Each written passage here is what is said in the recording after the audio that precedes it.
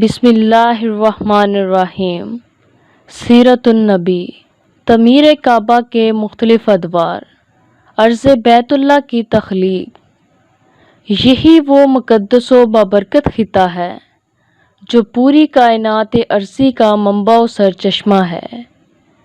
اسی سے ساری زمین کو پھیلایا گیا ہے۔ زمین و آسمان کی پیدائش سے 2000 سال قبل اسے وجود بخشا گیا۔ حضرت کعب الاحبار سے روایت ہے کہ زمین و آسمان کی پیدائش سے 40 برس پہلے کعبہ شریف کی سرزمین پانی پر قائم تھی، پھر اس سے زمین کو پھیلا دیا گیا۔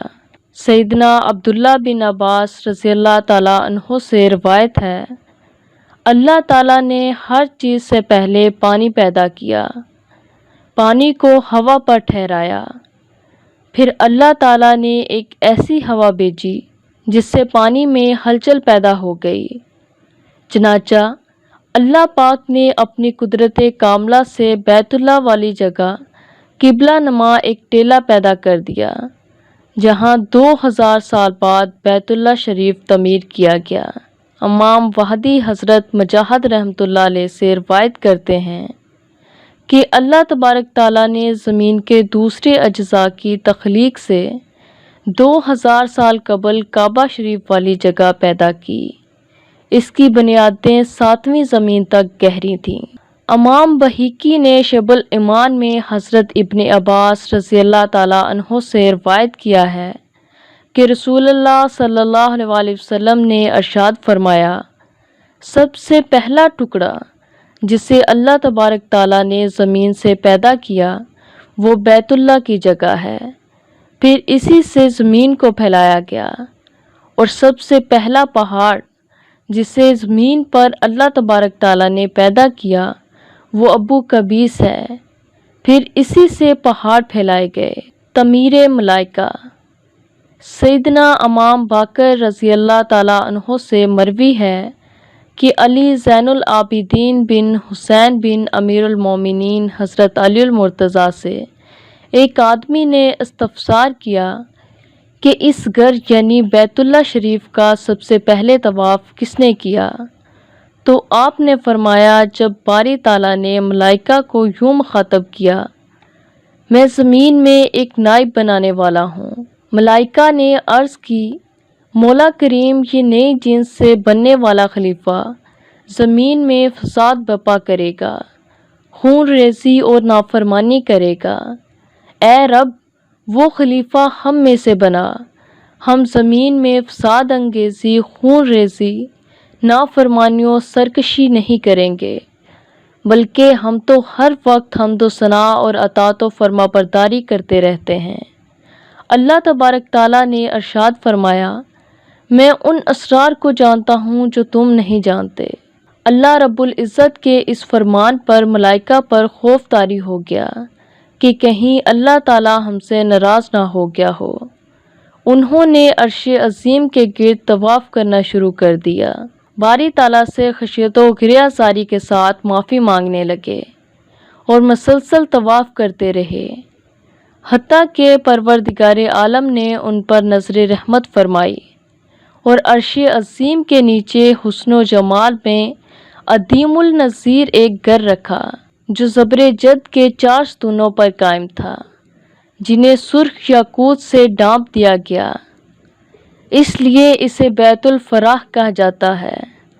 پھر اللہ تبارک تعالیٰ نے فرشتوں سے کہا، عرش کو چھوڑ کر اس گھر کا طواف کرو۔ عرش کی نسبت اس کا طواف سہل اور آسان تھا۔ یہی بیت المعمور ہے جس میں 70,000 فرشتے ہر روز داخل ہوتے ہیں، جسے ایک دفعہ داخلہ نصیب ہو گیا پھر قیامت تک اس کی باری نہیں آئے گی۔ پھر اللہ تبارک تعالیٰ نے فرشتوں کو حکم دیا کہ زمین پر بیت المعمور کی طرح میرا ایک گھر بناؤ۔ اللہ تبارک تعالیٰ نے اپنی زمینی مخلوق کو حکم دیا کہ میرے اس گھر بیت اللہ کا طواف کرو، جس طرح آسمان والے بیت المعمور کا طواف کرتے ہیں۔ امام بغوی رحمۃ اللہ علیہ اپنی تفسیر میں لکھتے ہیں کہ سیدنا آدم علیہ السلام کی پیدائش سے 2000 سال قبل فرشتوں نے بیت اللہ شریف تعمیر کیا۔ زمین پر رہنے والے ملائکہ کو باری تعالیٰ نے اس کے طواف اور حج کرنے کا حکم دیا تھا۔ تعمیر سیدنا آدم علیہ السلام۔ جب سیدنا آدم علیہ السلام آسمان سے اتر کر زمین پر آئے تو وہ ملائکہ کی پاکیزہ باتیں سننے سے محروم ہو گئے۔ دل مغموم اور اداس رہنے لگا۔ آپ نے بارگاہ الہی میں عرض کیا، مولا میں اس نعمت سے محروم ہو گیا ہوں۔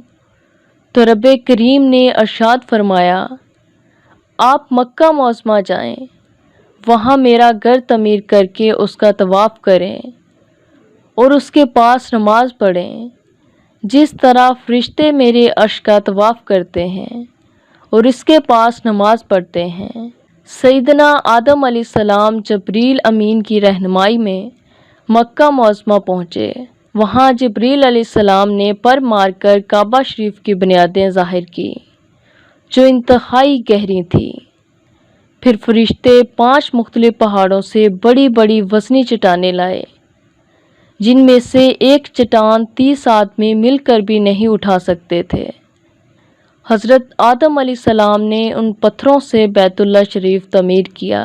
اس عظمت و رفعت والے گھر کی تعمیر کس انفرادی شان سے ہوئی، اس کا ذکر اس حدیث میں ہے، جس کے راوی حضرت عبداللہ بن عمرو بن عاص ہیں۔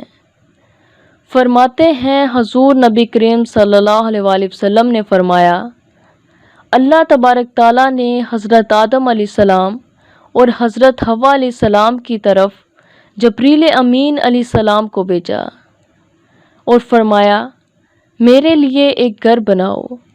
چنانچہ جبریل امین نے حد بندی کر دی اور حضرت آدم علیہ السلام نے مٹی کھودنا شروع کی۔ حضرت حوا علیہ السلام وہ مٹی دوسری جگہ منتقل کرتی رہیں، یہاں تک کہ وہ پانی کی سطح تک پہنچ گئے۔ نیچے سے آواز آئی، اے آدم اب بس کرو، اتنی گہرائی کافی ہے۔ جب انہوں نے تعمیر مکمل کر لی تو اللہ تعالیٰ کی طرف سے وحی نازل ہوئی، اب اس گھر کا طواف کرو۔